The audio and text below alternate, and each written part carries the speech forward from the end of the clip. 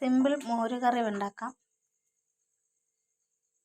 തൈര്, ഇഞ്ചി, വെളുത്തുള്ളി, ചുമന്നുള്ളി, പച്ചമുളക്, കറിവേപ്പില, ജീരകം, കടുക്, മഞ്ഞൾപ്പൊടി, മുളക് പൊടി, ഓയിൽ.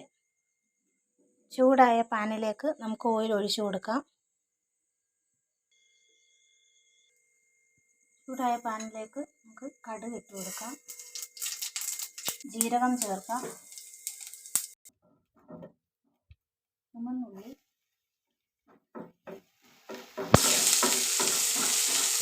ഇഞ്ചി, വെളുത്തുള്ളി, പച്ചമുളക് എന്നിവ ചേർത്ത് നന്നായിട്ട് വഴറ്റി കൊടുക്കാം.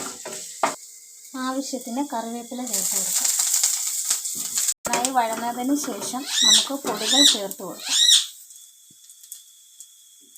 1/2 സ്പൂൺ മുളക് പൊടി, 1/4 ടീസ്പൂൺ മഞ്ഞൾപ്പൊടി ചേർത്ത് നന്നായിട്ട് വഴറ്റി കൊടുക്കാം. നമ്മൾ കടഞ്ഞു വെച്ച തൈര് നമുക്ക് ചേർത്ത് കൊടുക്കാം. ആവശ്യത്തിന് വെള്ളം ചേർത്ത് കൊടുക്കാം. ഒരിക്കലും തിളയ്ക്കാൻ പാടില്ല. ജസ്റ്റ് ഒന്ന് ചൂടായി കഴിയുമ്പോൾ നമുക്ക് ഓഫ് ചെയ്യാം. നമ്മൾ മോരുകറി ഓഫ് ചെയ്തേക്കാണ്.